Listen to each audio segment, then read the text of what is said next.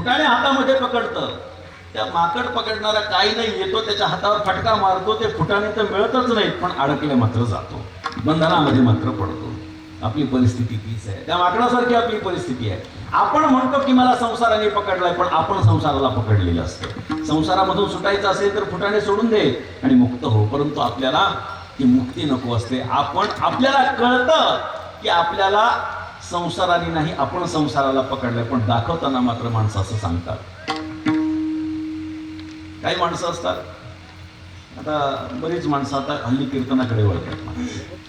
पूर्वी काय परिस्थिती होती, आम्ही स्वानंद सुखनिवासी सद्गुरू जोग महाराजांच्या वारकरी शिक्षण संस्थेमध्ये शिकत असताना शिस्त होती. आमच्यापेक्षा आधीच्या बॅचमध्ये आणखी शिस्त असेल. महाराज जे आमचे ज्येष्ठ गुरुबंधू आहेत, आपल्या काळामध्ये अजून काही कडकपणा असेल, त्यांच्या आधी अजून काही कडकपणा असेल. असं ऐकलंय की 1000 अभंग पाठ असल्याशिवाय टाळ घेऊन उभा राहायचं ना, अशी पद्धत होती.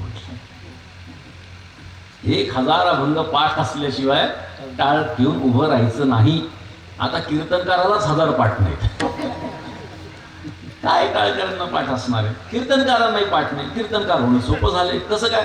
काही नाही, स्टेजवर बोलून उभा राहून बोलता यावं, बस एवढंच लागतं. आजकाल कीर्तन करायला लागतं काय? आला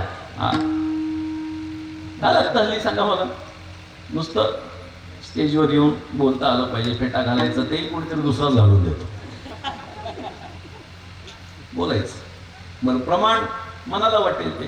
सिनेमातली गाणी म्हणायची, स्वतःच्या मनाच्या कविता म्हणायच्या, शेरोशायरी करायची, कुठेतरी काहीतरी ऐकायचं आणि तेच कुठेतरी त्याची री ओढायची, लोकांना हसवायचं, त्यांचं मनोरंजन करायचं.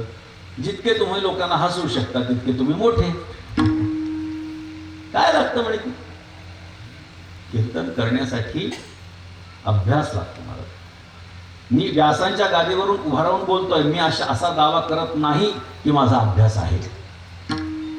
मी असा दावा कदापि करणार नाही, कारण मनुष्य हा कायम विद्यार्थी असावा. त्याच्याशिवाय त्याच्या जीवनामध्ये प्रगती दारभूत त्याला आत घेऊ शकत नाही. काही माणसं येतात जीवनभर संसारासक्त, रिटायर झाल्यानंतर ते कुठेतरी आता रोज कुठेतरी जावं लागतं. ते म्हणतात महाराज, आणि माझ्या मनात अशी इच्छा निर्माण झाली की कीर्तन करावं.